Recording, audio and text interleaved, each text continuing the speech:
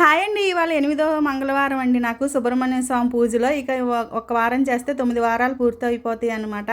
కానీ నేను ఇంకా ఇట్లా 9 వారాలు పూర్తయిపోయినాక ఇక ఎప్పుడు వీలుంటే అప్పుడు ఏ మంగళవారం అయినా స్వామివారికి పూజ చేసుకుందామని అనిపిస్తుంది అనమాట. ఇక అలాగే చేద్దాము ఇట్లా వారాలు కాకుండా అనిపించింది. ఇక ఇంట్లో పూజ అంతా పూర్తి చేసుకుని అట్లాగే ఇవాళ మంగళవారం కదండి, ఆంజనేయుల స్వామికి కూడా తమలపాకులతో దండ అయితే గుచ్చుకున్నాను. ఎందుకంటే వెంకటేశ్వర స్వామి గుళ్ళో ఆంజనేయుల స్వామి విగ్రహం కూడా ఉంటుంది. ఇంకా అలాగే ఈ రావి చెట్టు కిందకి వచ్చి సుబ్రహ్మణ్య స్వామికి అయితే ముందు నీళ్ళతో అభిషేకం చేసి పాలు పోసి ఇక గంధం రాసి బొట్లు పెట్టి అలంకారం చేసుకుని ఇక దీపం అయితే వెలిగించామండి. గాలి కదా, ఇక ఆ గూట్లో అయితే పెట్టి కొబ్బరికాయ కొట్టి అట్లాగే 21 ప్రదక్షిణాలు చేసి 21 పువ్వులు పెట్టి స్వామివారికి అయితే దండం పెట్టుకున్నానండి. ఇంకా మళ్ళీ అటు ఆంజనేయ స్వామి దగ్గరికి వెళ్ళి ఇట్లా తమలపాకుల దండ అయితే గుచ్చుకున్నా కదా, స్వామివారికి అయితే మెల్లో వేసి దండం పెట్టుకున్నాను అనమాట.